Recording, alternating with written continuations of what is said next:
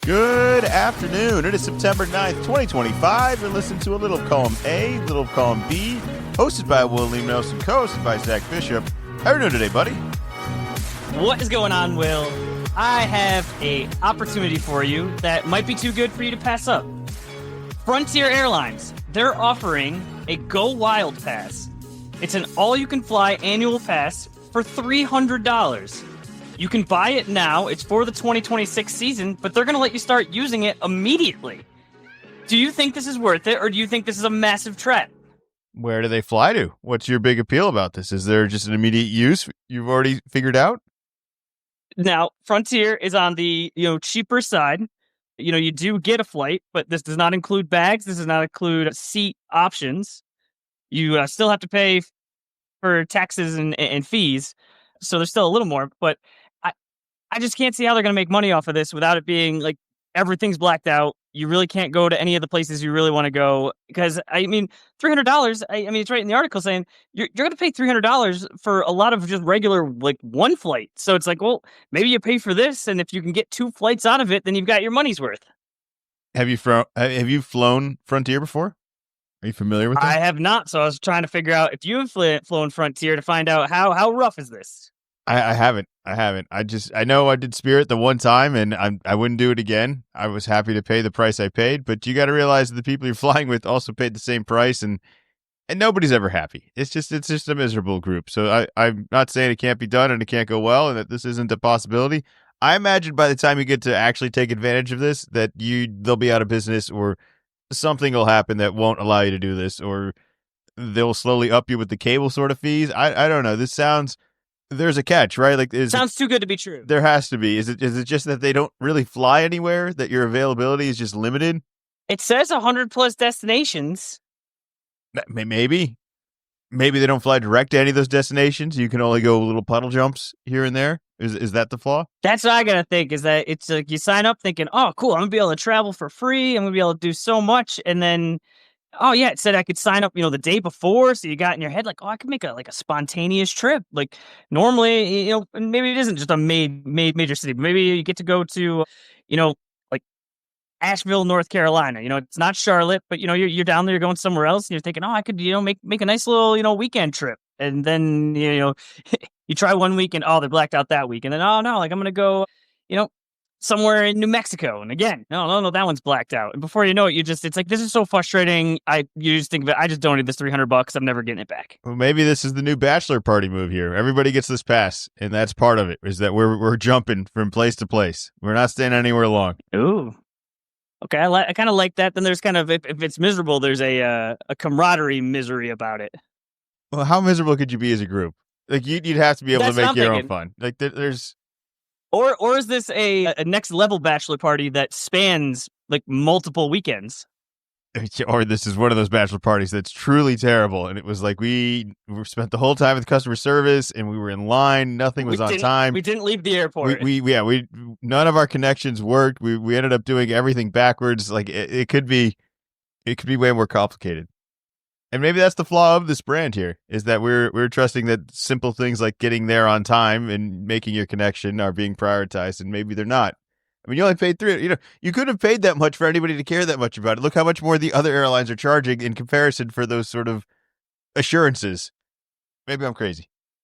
It makes me think of in the league when one of the guys buys the really cheap fast food beef. It's like a bucket of beef for $1.99, and he got sick off of it. And so I was like, well, what'd you expect? It was a bucket of beef for $1.99. It's a reasonable expectation that you're going to get sick eating this stuff. I think similar to that, it's a risk you take. And if you don't want to take the risk, you know what you do? You don't take the risk. You have to know what you're signing up for. I signed up for a lot of football last week, Zach. Did you get enough of it? Was it too much football? Because we're 2 days away now that we're doing this on Tuesday from the NFL just being back. 2 days. So I like having the structure. The structure is very nice. I'm pretty well locked into Thursday there being a game. It used to be, it was kind of at the start of the year, or it was the first game, but now there's Thursday, throughout the season. Cool, ready for that. That's just ingrained. The Friday one I can't really get behind. I can get behind it on the day after Thanksgiving. It's a holiday. I'd say you gotta imagine majority of people have that off. It's during the day, but a Friday night NFL game, it's still taking me a little while to get used to that one. It was an international game, and it was not Jacksonville. So I'll just say an above average franchise playing the international game, and it was the opening game.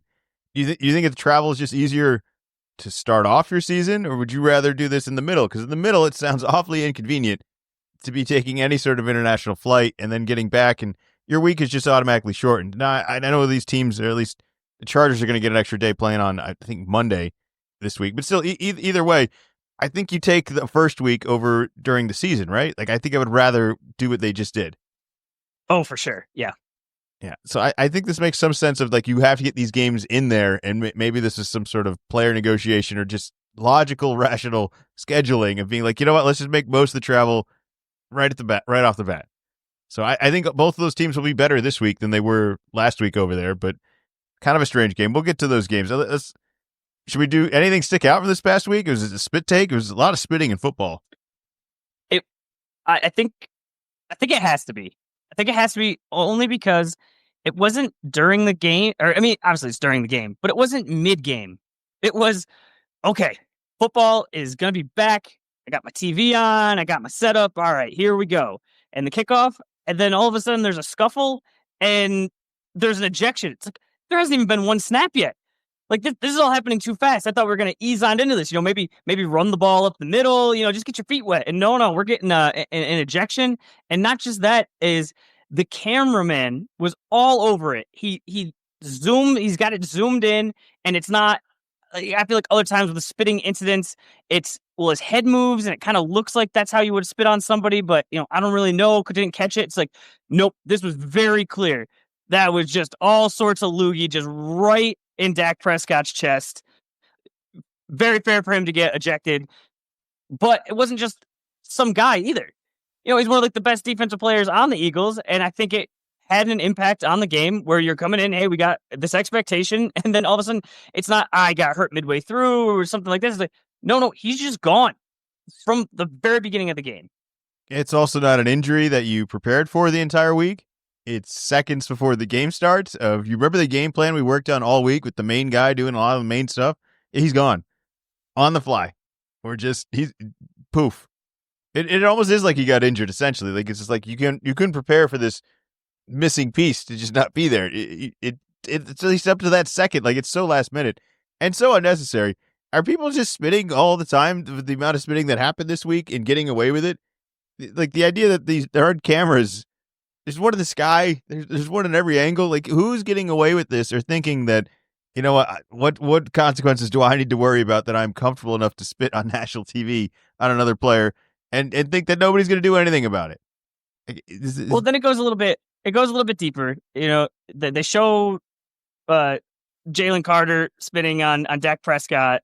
He gets ejected, but then it's like hours later that it comes out that it might have been that Dak Prescott was the one that spit first. Now, not directly on him, and maybe the camera angle wasn't as good.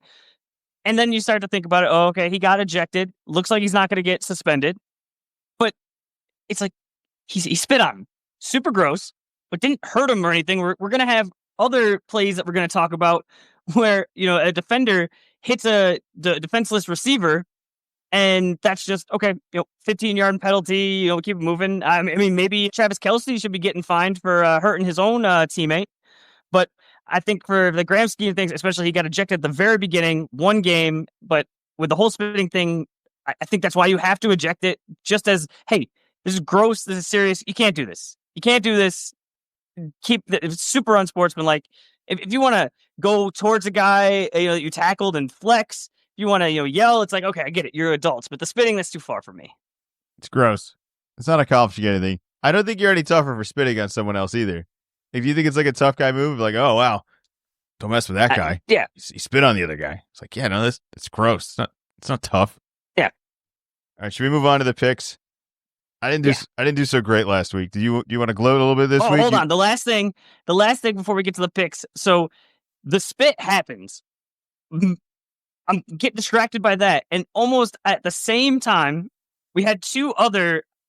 I'm going to call them maybe major sports things is a bit much, but we had it come out that Christian McCaffrey was questionable with a calf something in practice.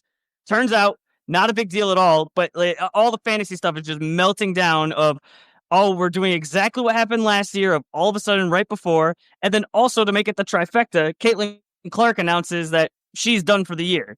So it was just like this trifecta in this like very small window of all these things that are happening where I really thought, hey, this is like we're gonna ease on into this game. Oh no, nope. We had all sorts of different sports things going on, but no, now I'm ready for the picks. All right, well, we can recap each team each week as we get through the picks. So we're kicking off in a couple days here, just 2 days. Thursday night, the Washington Commanders at the Green Bay Packers. It wasn't the prettiest showing, Washington versus the New York Giants in the past week. It wasn't a great game. It was a win, though, and it's something that they had to do. You have to win that game. So while it was a somewhat impressive Debo debut, I didn't think the Commanders looked very good. And I'm a little concerned about them going into the Green Bay Packers, who were fairly is it crazy to say dominant against that Detroit matchup? Is that too much? What would you say? I think that's fair, and where both teams won and won by multiple scores. Unless we find out like in a month that the Lions have just not figured out what went wrong last year. But I kind of came in and I said last week I think the Packers are going to win, but whoever wins, the loser isn't like, oh, this is terrible. But I would have thought the Commanders just would have handled the Giants a little bit better, where like Russell Wilson just doesn't look good, and just would have hoped that Jaden and those guys just would have just put it on him a little bit more. And I know it's a little tough to say when you win 21-6, but I think that they're going to have to play better if they want to have a chance against the Packers. Yeah, I got the Packers as well. I thought the Parsons sack, him just hunting the quarterback on the play, it's everything you could ever dream of that player. It's the threat that every other team is now going to have film on of like, all right, well, don't let this happen. This guy broke through two guys. The quarterback had a lead on him to the sideline and couldn't even get out in time before he got tackled. Just being hunted. It was like one of those nature videos. It was the lion going after the gazelle of you just knew this gazelle, this quarterback, he is not going to survive this. He's in trouble. Is it too soon to call the Green Bay Packers very serious people? How serious for you is serious? Like favorites to win the Super Bowl? In contention too. Capable I think they're in the mix. I don't think they're favorites, but I would say, yeah, I would consider them contenders. So if you say serious means contenders, yes. If you say serious means I would pick them to win the Super Bowl, not at that level yet. I would say serious is more, they're not going to have bad losses. Do you think this team could still have bad losses? Like they shouldn't. If they're serious people, they in the serious team that's actually in contention that we both agreed on, that they shouldn't have bad losses is really what I'm saying. I wouldn't say it's a complete like playoff expectations or anything like that. It's that they shouldn't lose to certain teams, and I don't think they should lose to the Commanders based on what I saw last week. Now if Daniels comes out and is just spectacular, which happened last year, where there were moments he looked like a rookie and moments it looked like I don't know how anyone stops this guy. So there's a possibility of that. There is a little wild side scramble with this that you don't really have much control of. Maybe he can outrun Parsons. I wouldn't consider the Commanders if the Commanders were to win, then I wouldn't look at Green Bay saying, oh, you're not serious because you couldn't handle the Commanders at home. But I think it has more of it to do with if Green Bay handles Washington like they just did Detroit, then I think it elevates them to a higher level, saying, okay, they are serious people. Like I can say it more confidently. I think Green Bay comes out slow. I got a couple bets in this game. I think Washington will lead at half. So first half money line plus 144 for Washington. And then I think Tucker Kraft, who had a pretty good game last week, anytime touchdown plus 215. I think it's pretty good money. I couldn't pick either of these teams to win. I would wanted to pick the Packers, but there's just not really good odds on it on either side right now. And I thought even being on Tuesday today, I'd be able to find some more fun bets. But that's the best I can come with. You got anything in this game? Nope. I hit a couple of these last week. I hit the 4-leg parlay on one of them. That was plus 1,000. So we're going to only do one a week, and I'll have Zach circle it. But at least for some of these side bets here, that was a fairly good week. I feel like I need to celebrate it because I'm going to act like this is going to happen all the time, and it's not. It's just not right. It's not. Yeah, you gotta celebrate it So for sure. I'm gonna take that victory lap there. All right, next game, Jacksonville Jaguars at the Cincinnati Bengals. The Jacksonville Jaguars are not serious, people. That was a rain-delayed game that felt like it was happening far, It was super far goofy. away. It felt like it was happening in another world, like international game. It just different time frame, nothing really exciting happening. Just a mindless game that felt like it was happening somewhere far, far away. I don't know how else to describe it, but this was a mess. Cincinnati, they probably lose this game if it's to anyone other than Cleveland, right? Is that what we were walking away from? It's 17-16, and the Browns couldn't have done any more silly mistakes. The kicker couldn't have screwed them anymore. The kicker played for Cincinnati this past week. How bad is the Cincinnati defense? Actually, or how bad is the Cincinnati offense? Actually, this is really. It's both. It's both. They, have been struggling to get a week one win and slow starts, and so this is a win, but this is still in the slow start category. They got some some points in the first half, but when you have 7 yards in the second half total, that's not enough against the Browns. And two times Flacco threw the ball, and his receiver practically caught it and then handed it to a defender twice. And yeah, I have concerns about Cincinnati. If you are a Jamar Chase owner, I am sure you are a little bit nervous. If you're in one of those new guillotine leagues and had the first pick and you're like, I got Jamar Chase, excellent. You're probably done for the season, unfortunately. But yeah, if this wasn't the Browns and the Browns just not being good, but oof, I really thought that Cincinnati was going to look better. All right, so does that help you at all making this pick this week? Like, was it bad enough that you're like, oh, Jacksonville's got him. Their kicker is going to make those kicks. It's no, because Jacksonville played better, but like you said, it was just weird. But they're playing Bryce Young, and I know that they're bad. The Jaguars are more medium bad, and so I'm gonna pick the Bengals. But this is not I think if this had been game one, I'm looking at this going, yep, I feel confident, easy Cincinnati. But after last week, I'm looking at this as more of a this could turn into some sort of I want to say a rock fight, but it might turn into the reverse of a rock fight of no one can stop the other one, and we're just looking at this going, how is no one stopping this? How are these defenses both this bad? If both these teams play the way they played last week, I think it's a toss-up. Right? Is that kind of what we're saying? If they play the way they played last week, that this is a way closer game than we think. If it's the Cincinnati team you expected, they should be superior offense. I mean, the Jacksonville offense, Brian Thomas is their best player, right? Brian Thomas Jr.? I think he had 1 catch for a touchdown. Yeah. So is that lucky? Is that exactly how you should be using him? I think he had 7 targets, 1 for 7. I think we could do a little bit better than that. They're going to have to air it out this game, right? Going to have to. Well, like you said, you know it. I know everybody knows it, that's their best player. So assuming that Cincinnati's going to do as best they can to try to shut him down. If he really is legit, then he'll still find a way to make it work. But might open up opportunities for other guys. All right, so we're both doing Cincinnati. That's how bad Jacksonville is. Just let that sink a little bit in. All right, next game, New York Giants at the Dallas Cowboys. The universally approved not bad rating from the greater media world is the opinion of Dallas right now. Just not bad. Everyone's okay if you're saying not bad. We talked about it. Spit happens, and then we are off and running. Dallas takes a lead. There's just touchdown left and right. Then there's the lightning delay. I stay up the hour plus delay thinking this game's back forth. I want to see what happens. Then after the delay, there's no more points. I mean, there's some pretty big drops. It was still, relatively exciting. I think if it was later in the year, I might have called it, but it's this is the first game. I'm staying up. Let's go. But I agree with you that there's been a lot of negative Dallas talk, and I think rightfully so. And the way they played against the Eagles brought it just back into perspective a little bit.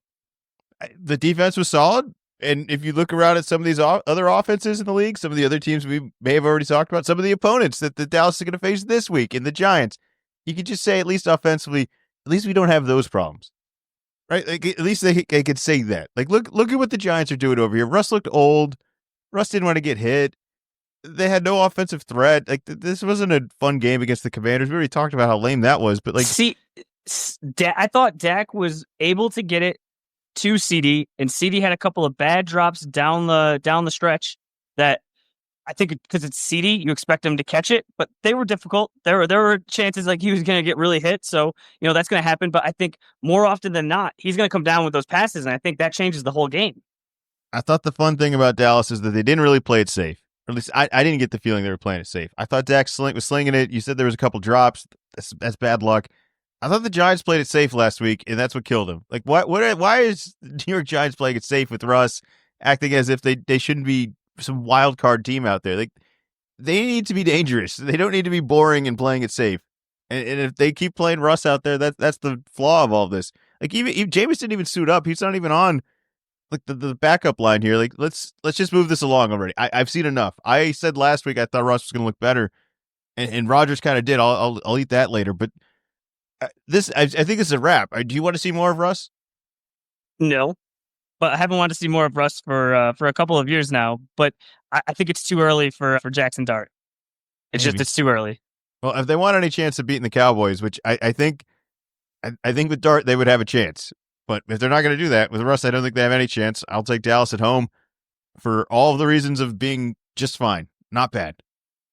Yeah, I'm also going with Dallas. I just think that they showed that they were in the same they belonged in the same stadium as the Eagles, who are in contention to win the Super Bowl again this year. Where the Giants, it's just they're still rebuilding, and it's just kind of all right. We got the older veteran. And at some point, once we think the rookie is ready, we're going to throw him in. It's still not going to lead to wins, but hopefully it'll be a little more exciting for the Giants fans. I think we're going to get some points early. I think both these defenses are just going to give up something, or some turnover will happen and give up something. So one of the bets I got is over 7.5 points in the first quarter, plus 102. Nothing super sexy. Just trying to find something out there. You got anything for this game? No. All right, moving on. Next game, Chicago Bears at the Detroit Lions. The Chicago Bears, I feel bad for the fan base at this point. Like, it's almost like the bright spot is, yeah, you know what? You took some punches and maybe even gave some punches back early, and it just seems like weird bad momentum where we're forcing it to feel like we're going in the right direction, and it felt like we're just stuck in the same spot. I don't know how you fix that. Like, I want to see more of Caleb Williams, but I feel like I saw all the same problems we saw last year. Is it just one game, or you holding out for some more? Are you ready to move on? I don't know. Do you think it's going to get better? It seemed like I would have been better off playing Fields. I thought you looked pretty decent in the first half, and I think as the Bears, I don't think you could give up after 1 year and one game. All right. Well, then what did we like about it? What's good? Well, they came out, and as a team, I mean, the defense got the pick six on basically rookie JJ McCarthy, and they were in the driver's seat, and then they melted. They melted down the stretch. They couldn't get it done. I think, and it was. How do they mess up the kick at the end, Zach? How do they mess up the kick? That's what I was just saying. Like, it's not like it really matters. Because you would have gotten some more time, but I didn't feel like I didn't trust Caleb to get the job done anyway. But do you think that he meant to kick it out and then just didn't? Or do you think that this is coaching and the coach didn't tell him to kick it out? I think he knew to kick it out. I think he tried to kick it out, but I think he just didn't kick it out. Yeah. Because I think that kicking it out might be a little bit harder than that we all assume. Maybe. But he would have almost been better off kicking it out of bounds earlier than that if that was going to be an issue. And he should have told the coach. No, so see, that would not have worked. This was me being on X during it, was saying almost like the tush push jumping over is if you kick it out of bounds, one of the options is you can just have the team re-kick it. So it could have been technically an in perpetuity of they kick it out of bounds and the Vikings go re-kick it, and they kick it out of bounds. The Vikings go re-kick it. I don't know how they stop it, but yes, that could have gone back and forth a few times. Would you have rather the onside kick then? Just the large announcement of the onside kick rather than we're going to try to get this off before the 2-minute warning? We need the 2-minute warning stoppage to have any chance. No, I really think you need to kick it out of the back. Because I think if you do the onside kick, I think there's a possibility, because it was only 2 seconds. So you have to be like Oh no, really good about that. I'm under the impression that the 2-minute warning's gone now. Like we're not getting it. The kick isn't going to help us because we already did that one plan and we didn't do it. If we do the onside kick, maybe we just get the Oh, ball so, back. Like I'm already saying so you're it didn't work. We need to do something else. interested. Okay, yep. Then I agree with you. And if that's your logic, Yeah, maybe they would have been better off with that. You know what? It was fine though. I depending on your opinion of the Minnesota, they were in a game they could have won, but I didn't really feel like it. I felt like they took advantage of some of the young JJ rookie sort of mistakes, of which we'll get to him. I thought the impressive part about JJ is, yeah, he's a rookie. Yeah, he's coming off the whole ACL thing last year. I thought he was moving well for somebody coming off of the surgery.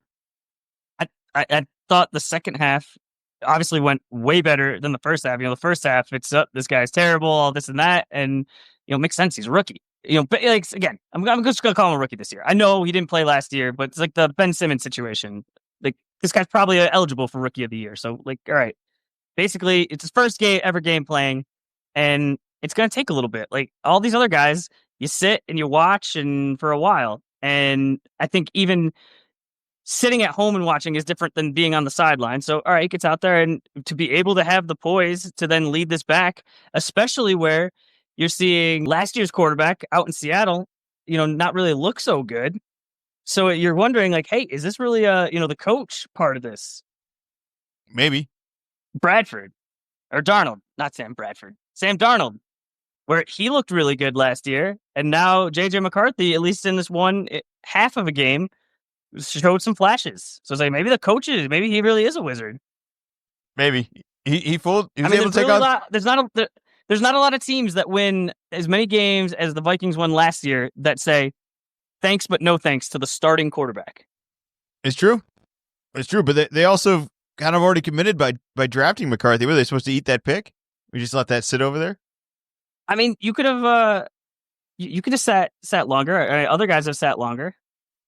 Maybe. My more point is that I think not only will he be better a year from now from just not being a rookie, as you said, but he'll be better a year from now because it's 2 years after the surgery. Like you're not going to be your peak self this year. Like he's not going to be playing coming back. And I thought he looked pretty good already. And I'm kind of under the impression that he'll get better as the season goes on, and maybe by next year be even faster or more athletic or something else. And we're starting at a pretty good spot. Is really what I'm walking away from this. But we're talking about the Chicago Bears at the Detroit Lions. Detroit was bad. I mean, this was bad as in, I hate to use this comparison, but this was like the 2025 Patriots bland badness. Like just bland. This looked like a boring offense that had no threat. And I don't know, I could just go down and list all the names on this roster. I don't know where they all went. Where did the offense go for Detroit? I don't know. That's where scoring that little, it's I was not expecting that coming into this game. Is it all coaching that is now the guy that's going to be coaching against him this week? I don't think so, but I'm going to monitor the situation. Yeah. Well, we have all these concerns, and they were really bad last week, and we said some nice things about the Bears. Are we even picking them, though? We're still not, right? I got Detroit. Who do you have? I will be picking the Lions, and this is my bet of the week, is Lions -5.5, -110. I think that you can't go down 0-2. There's all the stats of teams that are down 0-2, the chance of making the playoffs drop dramatically. And so I think that they're going to be, really, really focused, and the Bears aren't going to be ready for it. They're going to need some turnovers, and Caleb Williams is going to serve it up. But they're going to need them, because I think this game's going to stay pretty tight. All right, next game, Los Angeles Rams at the Tennessee Titans. Okay. Yeah, meh. I mean, way to go, Rams. You took on a Houston, Texas team that scored 9 points. This is an average, well-coached team, sure. And they get to play Tennessee this week, who Denver's supposed to be good, and then they weren't bad enough against, but there's no way you could trust them. It's like, you can say a lot of nice things about Tennessee. I'm not picking them this week. Who you got? I am going to go with the Rams. You just kind of mentioned it, of just veteran, just kind of professional, where the Titans is just, I just can't trust the Titans.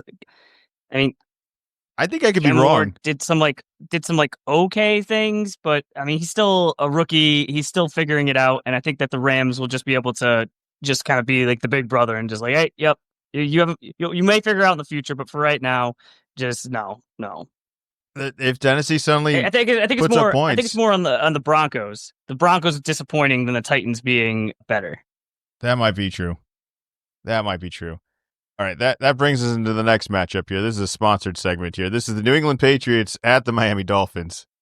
It's panic time, Zach. We're so boring. We have no threat. We have no pace. We have no thunder. So does Miami. Miami could have looked any worse either. This team looked like scared to even be on the field last week. It was an embarrassing showing where the Colts scored on every single possession. The Colts.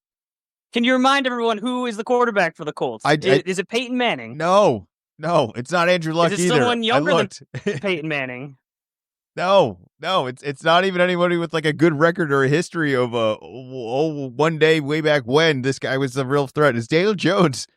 Was perfect against the Miami Dolphins. The team that scored 70 points a couple years ago was essentially so bad defensively. Every time the other team touched the ball, they scored. It's bad. It's bad. So this is the thunder muscle matchup of the week here, where both of these teams need some thunder. So this episode is brought to you by Thunder Muscle, the only energy drink that contains more energy than the sun and somehow slightly less water. Need focus? Need to sprint through drywall? Need to arm wrestle your boss? Thunder Muscle has your back. Warning, side effects include May yelling at strangers, new karate skills, and becoming legally faster than Cheetah. Thunder Muscle. Is this not a drink? It's a poor decision. First sponsored segment. Glad to hear that we have a sponsor. First, I need to give myself some Thunder Muscle. I'd like to arm wrestle my boss and run through drywall. What do we got for this game, Zach? Do you have hope? I'm ready to jump ship because I think they're at home, and I think we're at the point where if we play the way we played last week, we're going to lose the games just because the other team's at home. See, here's the problem, Will. Is last year, we had a little buffer before Drake came in. So it was like, all right, we'll see what happens. And, somehow we beat the Bengals. So it was like, all right, maybe we got something. Coming in this year, there was some hope. But, last year wasn't a big deal. Patriots can be terrible. Celtics are the favorite. The favorite. So it's like, all right, well, wait like a month and then basketball's going to start. We're all going to be good. But the problem, Will, is that this year, Jason Tatum destroyed his knee and we traded away half the team. So that's not going to be nice and rosy and fun. So I have to move along to the next line of, have you heard of the Boozer twins? We're doing this right now. I'd rather watch a commercial than talk about the Patriots offense. Like that. You want to talk about Thunder Muscle some more? So I'm already looking at what we need for the ACC schedule came out today because I did not like anything that I saw. I mean, Drake had some nice throws, but then at the end of the day, you look at it, it's like the offense only came up with 13 points, and the field goal at the end. I mean, we were down 2 scores, so it was prevent. So it's like, all right, so we're right back to like we're barely cracking double digits, which I guess after the past couple of years, there's a stretch where it's like we are scoring 0 points. So okay, but I really thought that this year coming in, both with the coach, with just the team kind of being revamped, Drake having second year under his belt, is we weren't gonna be able to beat the good teams. We weren't gonna be able to beat the Bills. Maybe we beat a decent team. We get lucky, something happens, but the Raiders were not supposed to be a good team. It was like this was a team. Like if we were going to be a good team this year, this seemed like a team that we'd beat. Is you beat the Raiders, but I mean maybe the Raiders are a little better than you gave them credit for. They bring in veteran coach. It's not young guy that was interim. They bring in Geno Smith, who veteran, has been around for a while. So it's just like it stabilizes and makes them maybe not awful, but no. I didn't like it, and so I was very prepared to say, okay, whoever the Patriots are playing, I'm going to pick that team. Except then they're playing the Dolphins, which all the things that you said, they look terrible, awful against a team that coming in was like, oh well, it's a Colts. Like Colts, like they kind of panicked on Anthony Richardson, and now they're going with Daniel Jones, and I think they're going to have their bumps. And it didn't look like Miami belonged in the same field as them. So I know it's at Miami, but I think it's close to a coin flip, and I'm going to go with the Patriots just to be loyal. The perfect subscription for both of these teams after what happened last week is playing each other. I think we're going to get points. I think that Geno was just enough of a sophisticated quarterback to score against us, but we really struggled with Bowers, who was just a guy we had no way of slowing down. And I got a feeling Miami's got a guy that we have no way of slowing down, that he's just going to be open, and it's going to be Hill or Waddle, and we just can't stop those guys. We play overall pretty good defense, but when there's like a main guy, like Bowers is just a star. Like Bowers just crushed us. We had no answer for him. and maybe it's that, but I think them not being able to stop anybody is going to help us. So I got bets here. Diggs anytime touchdown plus 190. Drake May over 1.5 passing touchdowns plus 120 because I think we're going to score. And then I got a 4-way parlay because I don't know how anyone's going to stop anyone here. Diggs touchdown, Henderson touchdown, A-Chain touchdown, and a Tyreek Hill touchdown plus 2,800 going up. We upped it from last week. We're getting even bigger. All right, we hit one. We're doing another one. Okay. Sign me up for this one. These defenses can't stop anything. These players, if you're good enough to even have a name that you've heard of before, you could score on either of these teams. And I've heard of all those names, and they could score on either of these teams. Put your bets in.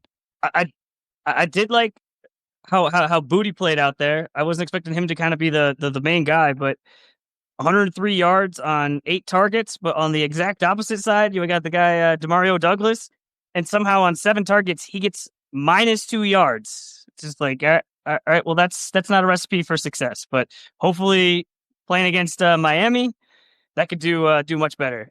Seeing as the Patriots defense did not look very well, were you underwhelmed with how Genty played, or do you think that this is to be expected?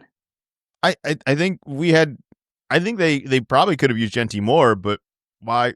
Like the Bowers thing was working.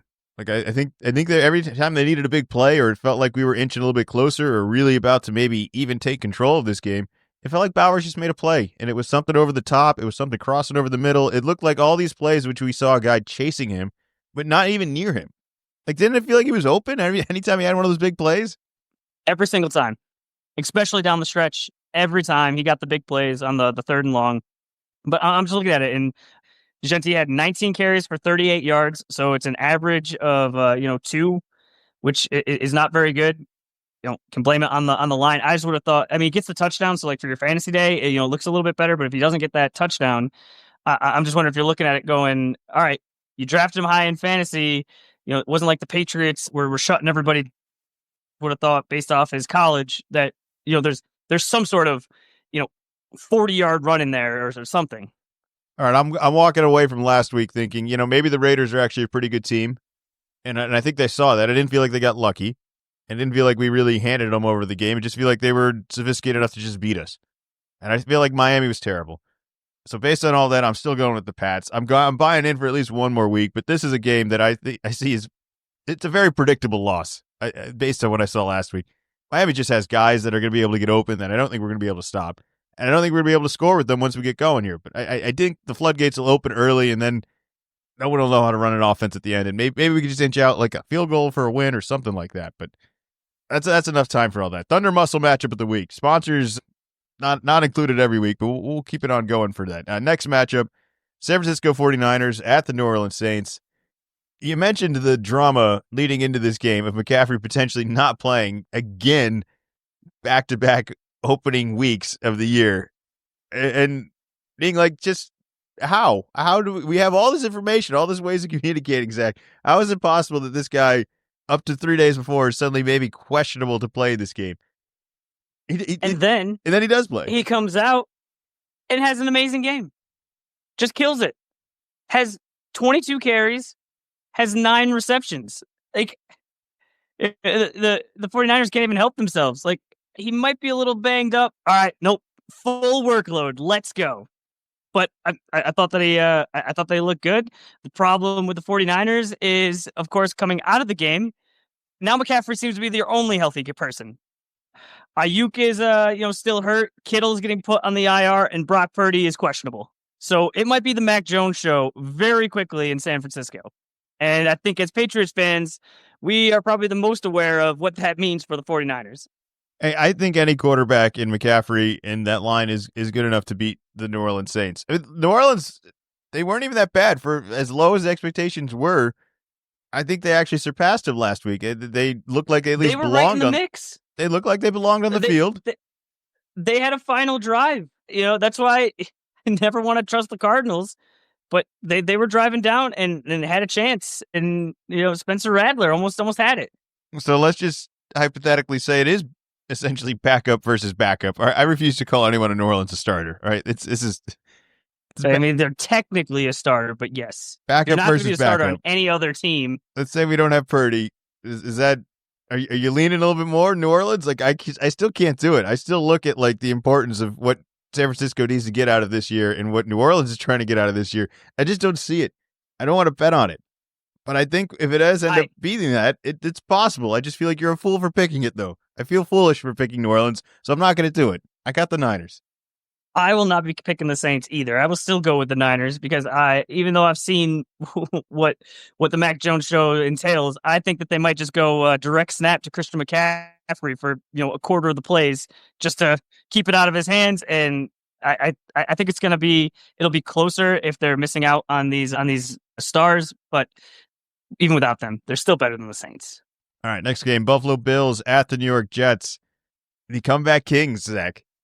The don't count us out team. The team that you have to go for it on 4th and 3 and do the non-logical, rational thing that all football rules tell you and punt.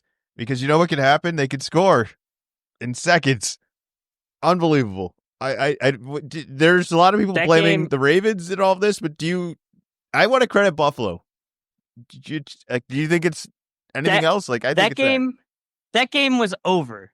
We give the Miami Heat fans, justifiably, that they're fickle. They got stuff to do. They're out at the first sign of, hey, this is not going to go for our way. But the Bills fans, I mean, they're the ones that are jumping through tables, like willing to hurt themselves, like for really no reason. Nobody outside of Buffalo cares. Just looks at them as a bunch of crazy people. They were leaving early. That's how out of this game they were. And they did to the Ravens what the Chiefs have been doing to them for all these years now of, hey, you give us the ball. We're just going to score. It doesn't matter how much time there is. We're going to find a way to score. I think it's both sides. I think a lot of times it's, a team passes when they probably shouldn't or do this. They gave it to Derrick Henry. Like, that's one of your stars on your team. You don't expect him to fumble, and he fumbled at a bad time. And it's unfortunate as a Ravens fan, but I think that's the difference right there. It's a wild difference. It's crazy. I'd like to stand up for the Buffalo fans. I know I'm a New England fan, and I'm proud to say that, but they were very proud on like catching Buffalo fans leaving, and I kind of refuse to believe it. I feel like they're trying to make this thing a thing, and it really wasn't a thing. Anyone who left early was already planning on leaving early. I refuse to believe any Buffalo fan, any table mafia breaker was bouncing early because this is too good of a game. Even if you were a huge Buffalo fan, you don't walk out on the chance to see Lamar Jackson. Like, there's just too much talent on the field that the football fan inside you wouldn't just waste that. Like, am I crazy for thinking that? Like, I don't buy that people are relieving. You don't need to take it from me or take it from the media. This was in the post game. Josh Allen said this. I thought the broadcast. He said, "I wish they had a little more faith in us." I thought the broadcast started this off as a rumor, and now it's being carried as if it was fucking fact, and it just wasn't. It's like why they just wanted to pick on him. Like I don't see it. So you think Josh Allen didn't notice? You think someone else told him, and then he commented on it? I think he heard the broadcast because they mentioned it all over the broadcast, and you and I were even saying, "How would he hear the broadcast? He's playing in the game." Well, I assume somebody told him about the broadcast. Somebody told him. Okay. Well, I don't think the other what do you think the other person had like security cameras outside? Like, hey, Josh, I know I monitor the cameras and we never have this communication, but I saw lots of stuff on the exits today a little early. Like, how else did he find out? He heard it on the broadcast. Somebody else told him. Why would the broadcast lie about this? And two, he's in the stadium. You could just look up and when people are leaving or not. I refuse to believe it. I feel like there was a couple, but it wasn't enough to even be spotted out. And then if we were to go spotting at other places, they would be fans bouncing so much earlier. Oh, for sure. But this is the Bills, so I like this. I like this. It's a media conspiracy that the Bills fans are loyal, but the media is trying to tear them down. It felt like a story they were going to be able to pull out of a game that already provided so much. It felt forced, and maybe it's true. Maybe I'm wrong. I don't really buy it. It doesn't add up to me that on the opening week of Buffalo-Baltimore, a historic matchup of every matchup, like there's just too much on you. You wouldn't leave. You couldn't leave if you'd seen any other Buffalo game, any of the other wild comebacks. Why would you ever leave? I wouldn't leave, but I don't know, maybe Buffalo fans, are made of this as strong as stuff as we thought. I don't know. Maybe we should talk about the other New York team here. The New York Jets in Fields' debut, they put up 32 points, and they actually had a chance to win this game. The only thing I would change is I hated that 2-point conversion attempt. I hated the fade route. It's a hard throw to the corner. I thought the big advantage of Fields was that he could scramble. You think, why don't we put him on the move maybe? Why don't we do a play that isn't like, let's take away Fields' legs and just have him lob this thing into the corner and hope that works perfectly? Because his strength is throwing, right? That's his strength? That's what everyone says? I would have rather had him on the move. I thought they were bailing him out. He's that close to the goal line of the 2-point conversion that you'd maybe want to have a little bit of a threat that he might run. But it still took a 60-yard field goal to beat him with a minute to go. So, like, I don't think this was, like, doomsday for the Jets here, all right? You scored 32 points. There's some other teams we've talked about that would dream. They might not even score 32 points combined between last week and this week.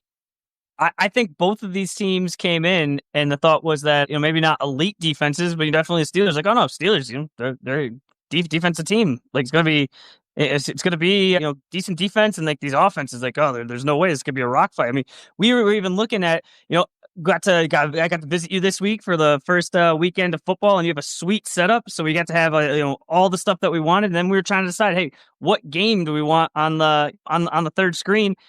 And we even laughed. We were like, well, Steelers Jets. Like, well, no, we're not gonna put that one on because nothing's gonna happen there. Yeah, that was a mistake by us. This was back and forth, and then of course we were able to get plugged in, down the stretch. But the over under for this I think was 38, and then both teams score in the 30s. This was like the surprise, offensive outburst of the day for sure. And again, it still took a 60-yard field goal to win. Like, that's a crazy game. A 60-yard field goal. I mean, we've seen already this week. The season is only a week old. We've already seen kickers make multiple mistakes, much easier mistakes. And then for Boswell, for Boswell to hit that 60-yarder, and go back just a little bit, for Prater to basically get picked off of the scrap heap to kick that game winner for Buffalo. The man's 41 years old coming in. But yeah, the Boswell one just very impressive. Is now the time to talk about Aaron Rodgers? No, we'll get to him. Next one here. All right, so you got Buffalo. I got Buffalo. You don't think there's enough karma to maybe give it to the Jets? No, I'm sticking with Buffalo. Stick with Josh Allen. Come on, so many things went Buffalo's way. So many things didn't go the Jets' way. We can't even all out next week? No. All right, well, maybe we'll even out this next game here. Seattle Seahawks at the Pittsburgh Steelers. You asked for it. It's time to do it. Rodgers got it done. I hate to say it. I mean, he needed a 60-yard field goal to still win, and the defense gave up 32 points to Fields. But, Rodgers matched it and got him in position to even make it possible and made the same Rodgers plays that we've seen over the years and looked fairly in control of this game. It's just the Jets, but I wasn't able to say that once last year, and it's been a while to say Rodgers was in control of a game. So have your victory lap. You get to play Seattle at home this week, of which, it really helps if your best player doesn't fumble in the fourth quarter, which Seahawks had Jackson Smith-Njigba at the start, and then at the very end, Darnold drops it again. It's hard to win a game when you do that.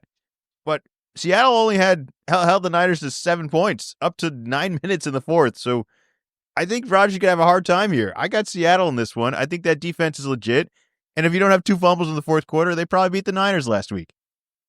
I like your commitment to your anti Aaron Rodgers bit, but I'm just going to go with the easy one, and I'm just going to have the Steelers at home, and with Aaron Rodgers just slinging it all over. They weren't even able to get the run game going. I think once they get that figured out, and the defense just has to show up a little bit, I think that they're going to be in good shape. It's too bad we didn't have that game on, because the first play for the Steelers, Rodgers got sacked, and I could just imagine that happening. And you taking a little victory lap around the room. I would have got a little vocal. You got to be kidding me! Like, you're too old, doesn't want to get hit. He's so soft. Nope, there's nothing left. And then the day ends with the field goal where he was able to kind of get him in position, throw 4 touchdowns. 4 touchdowns, a lot of touchdowns, man. It's he was in control of the game. He was Aaron Rodgers again. It's everything that Pittsburgh could have dreamed of, right? Like, it was exactly what they thought they were signing up for, and they won that game because they had him. Think about old Rodgers, and all right, there's a lot of other, better options for quarterbacks, but for the Steelers specifically, I mean, you go back until Roethlisberger, like, this is by far the best they've had. They've just had a litany, your Mason Rudolphs, Your Kenny Pickett's. Like it's bottom of the barrel. So even an old Rodgers, I mean, that's gotta be so much fun for them. This is what a somewhat decent quarterback looks like. Just coaching wise, I'm sure he's like, yeah, I can do that. Right? Like what every other quarterback would be like, how do I do that? I don't know. Good for them. Good for them. All right, he got a win. All right, next matchup: Cleveland Browns at the Baltimore Ravens. We almost had it matchup of the week. This is now you get to play Baltimore if you're Cleveland. Like you almost had that. Your kicker is playing against you. This is another one where I don't even know. The guy's got no vowels in his name. I don't know how to pronounce it. Bobble interceptions are going to be a weekly thing. That's just unlucky. And they mostly shut down Cincinnati for the most part for Cleveland, right? Like they kind of shut them out. Yeah, in the second half. All right, so like why not? Because Baltimore put up 40 and no other team could have come back against them. They're very serious because people. The Ravens are actually good. They're a high quality football team. The Henry fumble is killing it, but other than that, they dominated. And I'd like to see any other team hold off the lead. Like, do you think there's another team out there that was like, yeah, we would have won that game? I mean, I think a lot of teams would say that they were up 15 points with 4 and change to go. You'd like to think you would, but I'm saying this is such a good team that everyone acts like they wouldn't have happened to them. Also, I think Buffalo's a really good team, and I think Baltimore's a really good team. Buffalo would have did that to any other team in the league. I don't think there's one team that could have controlled it. Just can't fumble. Yeah, it doesn't help. But I think we bounced back this week. I got a 3-way parlay for this game here. I got Derrick Henry anytime touchdown. I think it's Jerome Ford for Cleveland anytime touchdown, and then Lamar Jackson anytime touchdown plus 1,100. All right, the Ravens are my lock of the week. Ooh, lock it in. Poor Cleveland. All right. Which I did not. I didn't win my bet, but I did get the Eagles were my lock of the week. It was a little more sweatier than I would have liked, but that was good. So 1 for 1 on my locks. Next game, Cleveland Browns. No, not Cleveland Browns. Denver Broncos at the Indianapolis Colts. They ousted the Titans, Zach. Is everyone else in trouble now? This is the real Super Bowl contenders, the Denver Broncos. They didn't do anything like the Colts did. This Colts scored on every single drive. Why should we pick Denver this week? I didn't like what Bo looked like, but the Colts are not going to be able to play Miami every week. Yeah, I'm going to go with the Broncos. I think that the Colts, I think Danny Dimes had the nice story. Everyone's going to pick him up for fantasy, and then I think he's going to come crashing back down to earth.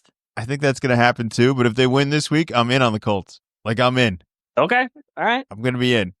Because I thought you they played you want me to get you a Danny Dimes shirt for your birthday? No, I'm all right. I mean, I felt like this defense eliminated Miami. Like, Miami quit in the first game of the year. I just don't know how you can't get one stop. All right, they scored on every drive. The Broncos will be able to at least get one stop. Well, let's say that they only score on half the drives. That's still pretty good. Denver's not going to do that. I think it's a close game here. I don't think Denver's as safe as I want them to be. I want all the stuff that everyone's saying to be true. I want them to have a dominant defense. I want Bo to just be good enough and things to just be taken seriously over there. But Tennessee was... Yeah, I think Tennessee's a bad team. I think like some of the other matchups, if this was a week 1 matchup, it's like not much to talk about. It's like, oh, nope. Denver's good. Indy's not good. No, this is maybe not a cakewalk, but like, no, Broncos. You say it confidently. Where now it's, I think I'm going to go Broncos. All right. Both got Broncos in that one. I still can't do the Colts. I just can't. Next game, Carolina Panthers at the Arizona Cardinals. Like, it's the Saints and Panthers, right? It's just rise above Arizona. Just rise above. You beat the Saints last week. You could beat the Panthers this week. Arizona has a path to being 2-0 and not even being taken seriously for it. But if you lose this game, that goes away. Like, you belong in this group now. So, like, now Zach gets to say everything he says every week is to be true if you lose this week. I'm going to rise above it. They're going to be 2-0. They're going to beat the Saints, and they're going to beat the Panthers, and they're going to be 2-0. Tell me otherwise. I always want to pick against the Cardinals. It always seems smart, especially once the season gets going. But I'm going to have to pick them against the Cardinals. I did not like what I saw out of Bryce Young. He needs to figure it out, but they did not score enough points.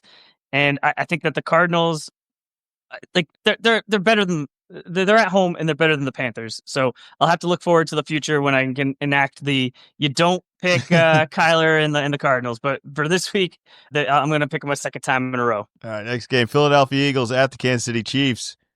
I don't know, maybe it was just an international game, but I didn't think the Chiefs had a very good offense. Maybe it was bad luck for Mahomes that Xavier Worthy gets knocked out on friendly fire. I mean, the third play of the game. Maybe it's bad luck that the kicks get missed.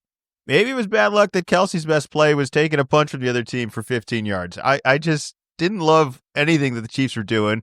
And while I give Dallas a ton of credit, I still like a lot of the stuff Philly did.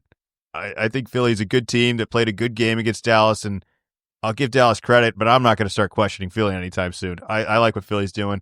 I will confidently take Philly on the road.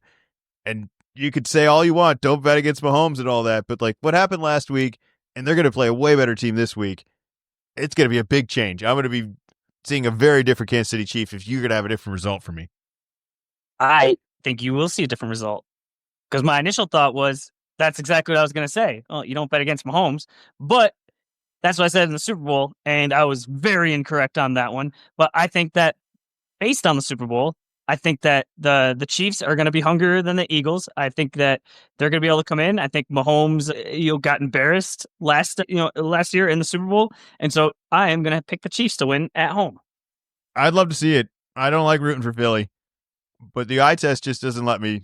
I saw what Philly did. I saw what Kansas City did last week. I can't see that result. Like if you just took away the names Mahomes and Andy Reid and all that, you wouldn't make the pick. Like there's so much history going into this that it's crazy. And yeah, the aura is real, but I don't think it's going to help them this week. Next game, Atlanta Falcons at the Minnesota Vikings. This is I don't know, Penix versus JJ. Are we excited for this? Flores defense versus Penix. Like this is a good break for them. This is very much like similar where I said both these teams are going to be happy to be facing each other at this point in their this week. So like this is fine. I guess Minnesota's got a little bit better of a defense. I don't know. Like, do you think the Atlanta offense is going to be better than what the Bears put up last night? No, I don't think that they'll be better. All right, well then. I think they've got their own problems. They might be getting rid of Koo. He's had I feel like some more high profile misses. They were right there to beat the Buccaneers and then just crumbled down the stretch and weren't able to get it done. So yeah, I'm going to go with the Vikings. I think the Vikings are better. I trust the Vikings a lot more. The whole Atlanta is like, when's it going to happen? When's the Pitts thing and the Drake London thing? Like, when is that going to happen? I think Drake's banged up already. Yeah, I'm staying away. I'm not even saying it's Penix's fault. I think I'm starting to think some of the weapons around them that they've highly advertised, blamed the quarterback for every past year, it might not be. Like Bijan's great. Bijan's fine. I'm not blaming him either. But maybe some of these receivers aren't that great. Next game, Tampa Bay Buccaneers at the Houston Texans. Emeka was... This is Monday night. If this makes any difference, we got 2 Monday nights this week. Heads up for everybody. Monday night, first Monday night game. Emeka is here to stay. I thought he looked pretty good for Tampa. Not the best showing overall for this team, but at least the rookie was like, "Yep, nope, that's as advertised." That's a guy. That's fun. Agreed. Gonna enjoy watching that. Gonna see that a lot more, and I'm gonna find a way to get him in every single fantasy lineup I possibly can. I don't think he can be benched anymore. I think I've seen enough. If you're Houston, where is the offense? What happened? Are we allowed to score this week? Week 2 we could score, right? I sure hope so. That was a disappointing effort. Like the points weren't there. I think it's just because we just mentioned it where the Bucs were barely able to beat the Falcons. That I just think that the Texans are better, and that I don't think the Rams are crazy good, but that they're just going to they had a rough week and they're going to be able to turn it around and that they'll win this week. Nope, I got Tampa Bay money line plus 126. Baker's cooking. I think that there's just no way. Do you think like the Rams defense is something sophisticated? Like, yeah, sure, the Bucs isn't great, but Houston struggled last week. They're going to struggle again this week, just trying to score points. Bucs aren't going to struggle. I think they're going to figure it out. I don't know what happened. Nico Collins was MIA, and I need him for multiple fantasy leagues. So I've just positive thoughts. So I'm picking him. Baker's going to score. Baker's going to find a way to put points up. Next game, Los Angeles Chargers at the Las Vegas Raiders. We talked about Geno looking good, Bowers being the real deal and actually winning games. Like, he wasn't just good. They actually won the game. Like, I don't know if we kind of gave him so much credit last year, but we didn't really take the team seriously. But now he's this is real. This is real. Like, he's an actual game shifting player. I'm willing to say at this point. Am I putting too much on it? He definitely showed it in that game. Like when they needed it the most, he was there. He made it happen. He did leave with a knee injury. Sounds like he's day to day, so might not be in. But even if he isn't, I just think that we might find out in a few weeks. The Patriots are real bad, and we might not know because we were playing the Dolphins next. But I am going to go with the Chargers. Was impressed with their victory internationally, and they don't really have a ton of a home field advantage. So it's like I'm not concerned about them being on the road in this game. No, I'm not buying it. I got the Vegas money line, 165. Like, a well-coached Chargers team, but I think the Chiefs were bad. I thought Herbert made some plays. I thought Keenan Allen had a really good game, but I don't think this is really. I didn't think that was that impressive of a game. I think the Raiders, if they play the way they played last week, they'll be right in it, and I think they'll give the Chargers a hard time because I think even though the Chargers' offense looked better, it wasn't. I don't think it was anything great. I think it's something the Raiders might be able to contain, similar to the way they contained the Patriots. And Geno's just like basic enough to get you every point they needed. I mean, Geno got every point they needed to win last week. I think he can do that again this week. It won't be like, MVP numbers. Not going to come back with anything like that, but 21-20 kind of win. That sounds like the Raiders to me. Man, what a rough. Well, it's gonna start at 10:00, so I'm most likely gonna miss the end of this one. Rough late one. Monday night too. All right, anything else for the NFL before we move on to a quick little college take? Yes. You laid out a nice plethora of bets to follow. You've already hit one 4-leg 10-1 plus odds. What is your official bet for this week? Oh, lock in. I think I should do the parlay again, right? It should be. Let's do. We'll do the Patriots one, the 4-way. So it's Diggs touchdown, Henderson touchdown, Achane touchdown, Tyreek Hill touchdown, plus 2,800. Lock it in. All right, lock it in. That's that. All right. Did you want to talk any college football? I mean, there was some spitting in that sport too. It actually cost a very important game for Florida. I was out and about most of it, so I didn't really get to catch up on too much of the college. I did hear about that incident. Did see UCF beats Boise week 1 and then goes ahead and beats Florida the following week. So pretty impressive start from them. They are on my list of teams to watch. They're going to get another crack at a top team. They're playing at Miami at 4:30. At 3:30 we have Georgia at Tennessee. And then the primetime game is Texas A&M at Notre Dame. Notre Dame had a second week bye week, which is pretty early for a bye week. I thought that was kind of odd, but I'm hoping that they can get back on track. I don't want to say it, but that was kind of a really lame last week of college football. But I'm not going to move on, and I'm going to say this is going to be a really fun week. I think we're going to get way better games this week. I think they went really hard for week 1, so I'm not going to hold it against them. But I think we bounce back this week, and I think we'll have some fun college stuff to hopefully talk about. Really, it was some boring games. Just some keep away. I saw games where it's almost strategy, where neither team can score, and you just wait till the other team's special team's exhausted, and then you run that back. Like, you just run the kickoff back. Like, that's the offense, where we just keep punting back and forth until one team gets so tired that somebody scores. Somebody makes on special makes a times. mistake. Yeah. I watched that happen on like 4 games, and it's like, all right, is that how we play football? Like, is this like a marathon now, where we're just on the treadmill together until somebody walks off? Yeah, it's not great when, like, one of the stories that comes out is how the Syracuse coach was upset that his team didn't beat UConn in regulation. They beat him in overtime, and it's so mad, makes him do sprints afterwards. But like that was one of the main storylines coming out for the week. So yeah, not every week is going to be a banger. All right, we are going a little bit over, but I think this topic is worthy of some time here, so I don't mind putting it in there. Quick little NBA recap: the Kawhi Leonard, Los Angeles Clippers scandal, the no show job contract investigation is out there. I don't know what to really call the story, but we haven't had a chance to talk about it. You seem to be taking this a lot more seriously than me. I understand why everyone's upset. I'm not sure what everyone is expecting to do here. We can talk about possible disciplinary things. We can talk about possible concerns of this happening maybe elsewhere, but What is your initial thought on the story? And we kind of get finding out more information as we go day by day here. But you don't like this. You think this is blatant cheating. I don't like it.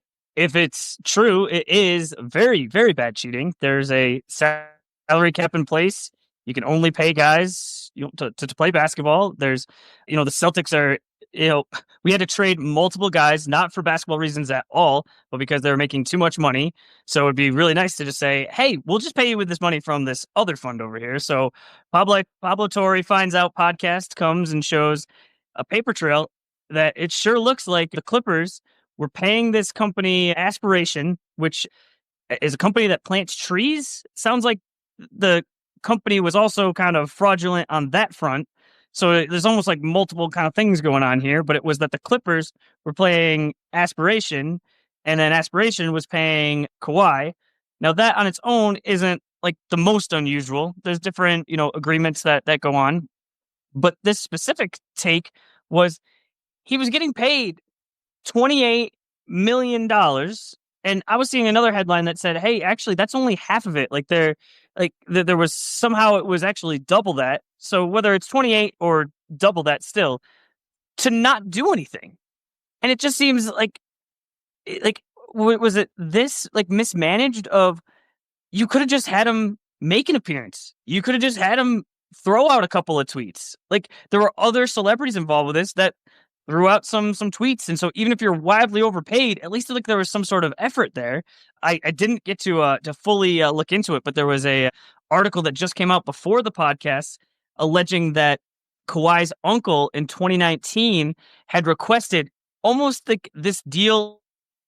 Now it's coming out the Clippers. You're gonna repeat that again. You cut out. That his uncle in 2019 asked the Raptors for basically this exact same deal. Raptors said no, and now the Clippers seem to be in the mess of it. Of course, Ballmer comes out, says absolutely not, wasn't me.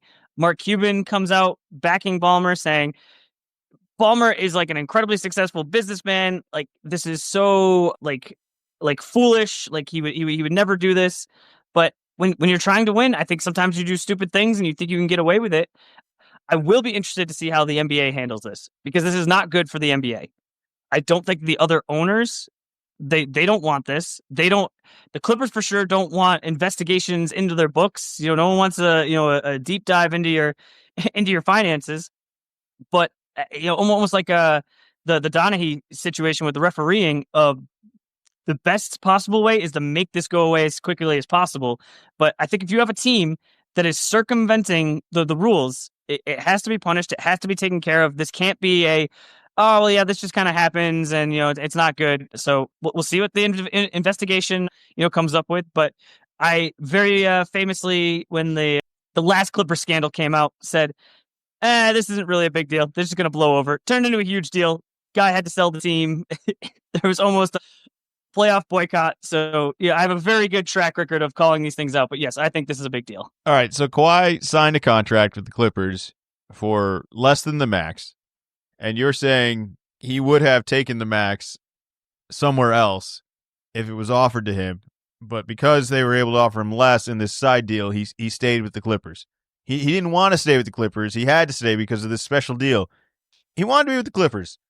And the Clippers gave him, I think, fair value for what he realistically has no argument against of not missing a ton of games and not being available and still being a very, very effective player. But I think his contract is exactly what he should be making. The stuff off the side here is certainly a significant, it's a lot of money for a whole lot of nothing. But let me ask you this. If they go up and they find proof all of a sudden that he posted this one thing or did this one picture, of which they claim to have said there's none of, but let's just say that some comes out, are you suddenly just satisfied with this? Like it's okay? Like there he is. They're gonna have to justify it. So if they find some made up video of Kawhi planting trees at some fundraiser with a bunch of volunteers that they paid to be there, we're okay with all this. The paper trail of this is really what the problem is. It doesn't just make it like, oh no, that's perfectly fine. Like it still has to be justified. Of like, wait a minute, like is this money coming from Steve Ballmer and the Clippers, and it's only through a third party?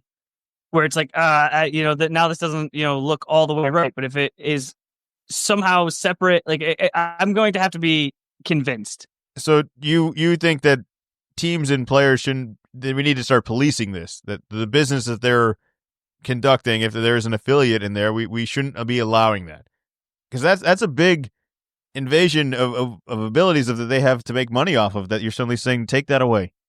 And I don't know how that benefits the players. And even if that no, does, I think it's different from a player going to Nike and Nike saying, yes, we would like to pay you to wear our shoes all the time, and Nike pays them. But for it to come from the team, like that makes it seem like but it makes it seem like it's way too easy, and that like all of these teams, like they got billionaire, multi-billionaire, multi-billionaire owners where they would just do this all the time. Like you just find a third party that just wires the money, like it's just a pass through to get these players more money. If it was nothing. So if it was Microsoft, you wouldn't buy it. You said no, that can't count.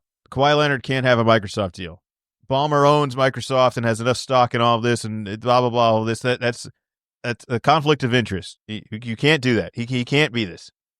Why not? I think that it has to go. If he would have to like legitimately be doing stuff that would make money for Microsoft. See, all right. So here's my problem. It couldn't look like he was just. He couldn't sign this deal and then not do any commercials for computers and for Microsoft. Like you're right with what you're saying, but it's such a weird technicality that it's like, well, if he'd actually worked for it, we would be all right with it. When it's like we're all just like, this is garbage. This is bullshit, anyways. Like this is a crazy amount of money paid for something that he has affiliation to with just his name. Like that, it's not going to add up ever of how much money they make in the work that they put in. It's never like that. Like, and if it's the problem, I think the problem too is that we watch basketball all the time. When you see, a foul, that's foul. There are like salary cap rules that, govern this, but we don't see this on a regular basis. So I don't know like all the ins and outs of like the financials of what you can and can't do. And so I have to rely on, Pablo reporting and then the comments on this. And I think that's why this hasn't become as big a deal as some of the other, events. When you hear domestic violence, you just know, oh, that's bad. And you don't have to go like, well, why is this bad? It's like, no, you should, no, don't do that. Well, no violence. I think but all their with this, it's kind of like murky. And then you read it, it's like, oh, okay, well, he was getting money from this group, but like they were fraudulent. But like, is that a big deal? Like, I don't know. All right, well, where you're right, and what I think they truly are guilty of, and it's the problem with all of this is just how careless and sloppy the paperwork was, and how easy it would have been to make this look real and indefensible and iron-proof, and that it was just sloppy. Like this wasn't organized. Because I think there's rules that say, you can't pay an NBA player for their basketball ability. You could pay them, for marketing, but then I think there was also something that said something along the lines of it has to be like reasonably market value. Now you can kind of argue, okay, what is reasonably market value? Like I can't make $28 million to be the spokesman for some company. So, but like 28 million to not do anything is like, well, that seems like it's not fair market value. Yeah. So if he just showed up and signed shoes one day, posted one tweet, we'd at least we'd all be fine. We'd all walk away. That's so crazy. We would not. We would not all be fine. I would not be fine. I don't think anything's going to happen. You would be fine? I don't think anything's going to happen. You think nothing? Do you want to hear the worst case situation that happens? Well, all right. I don't think anything's going to happen, but one of the things I do want to talk about is potential punishments, because I did come up with a couple things. Because the one thing that just isn't going to hurt this man or this team or this franchise in any way is fines. He has endless money. You could hit his pocket the max amount that you're allowed to as the NBA as many times as you want. There's no way that's going to cause any pain to him. There's no consequences with that. So there has to be something beyond that. Generally, it's draft picks. We've heard in Minnesota, the Joe Smith trauma, I don't know, however you want to call it, of collusion over there, of promises being made that just didn't work out. But this is, I don't know where to go with it. I don't know where to go with this. Where do you want to go with this? Do you think? Right, so first off, do you think they should take draft picks away? Do you think they should? I mean, what should they do? Fines and draft picks. That's going to do nothing. They have no draft picks. You have to send a message. You have to send a message to the rest of the league that this is not okay. You can't do this. This is not something that's like, this is a little like slap on the wrist. It's like, no, you've paid significantly, and it's not just the $28 million. It's think about with the luxury tax and the second apron. That $28 million is really more, and it is a competitive advantage that they are gaining by doing this. I don't think that does anything. They don't have any draft picks. They're not going to use any draft picks. I think, if anything, if you really want to find them at guilt for this, I think you should take the $28 million and you should add it to the cap, and they should pay whatever luxury taxes they have to from here ever on, however long that contract was supposed to be. So as long as Kawhi's on and whatever he was supposed to get out of that, I think you add it onto the cap, and then they go over the cap and they pay the tax penalties on all of that. Because I think that's actual punishment. They're going to get a fine for whatever ridiculous amount, and it's not going to do anything. If they're over the cap, the restrictions and all that, this is almost forcing them to have to sell like pennies on the dollar like the Celtics just did. That should be the punishment. That's actual punishment. I don't know if there's any precedent for that, but I think I agree on, if you take this and, it's found out like, hey, you broke the rules of, you put that right in there of, hey, this was paid for basketball stuff. So think about it like you paid him as that. And then, then you had to figure it out from there saying, we can even go back in time.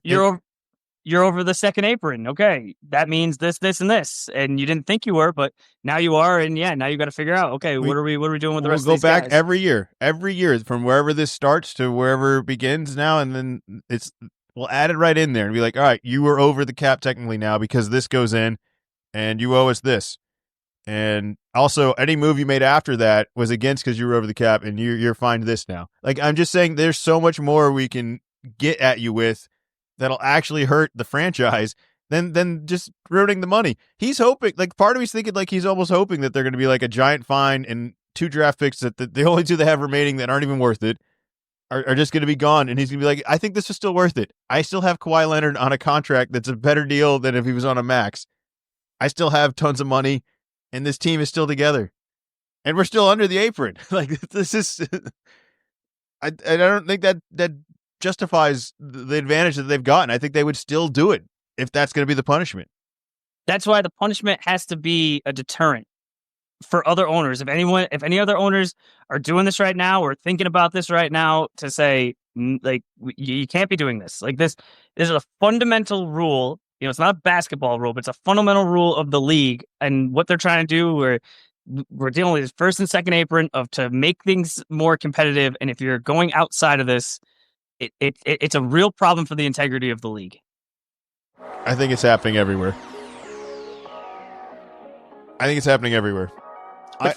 actually think. But do you know what the worst possible situation is? No, but he has to sell the team. I'm seeing possibilities that because of this happening, that the contract could be voided. Meaning, okay, Clippers probably get punished. When Kawhi gets a new contract. The contract gets voided.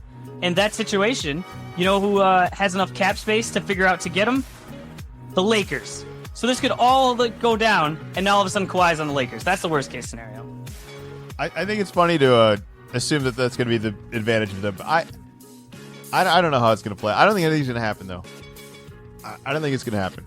I actually think all of this is coming out because they're trying to uncover something else about Ballmer, and that this is just like one way in. This is opening a small door to allow them to investigate something else. Because they just finished this investigation when he bought the team that went on for years when he had it. So, like, how many eyes could the Clippers have on them to then pull off something like this? Like, I think there's something else in here that we don't know about that's so unrelated to basketball that it's the only reason we're digging in here.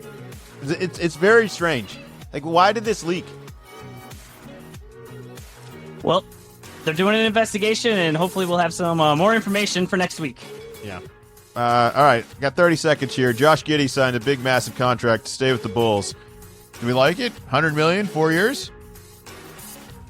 It's fine. It's the Bulls. Doesn't move the needle. They're going to be a play-in team. They had to keep him, right? They couldn't lose him. Couldn't lose him. All right, we'll be back next Monday or Tuesday. What are we doing, boss? Monday. Remember to subscribe. Little column A, little column B. You can follow Zach on his X account, which is Wicked Z-Man 24. We'll be back. More football. Probably some more little NBA talk. Less spitting. Less spitting this week, right? No spitting this week? Where's that No bet? spitting this week. Can I bet on that? Under. I'll take the under. We'll be back with some more sponsors next week. See if the segment can carry.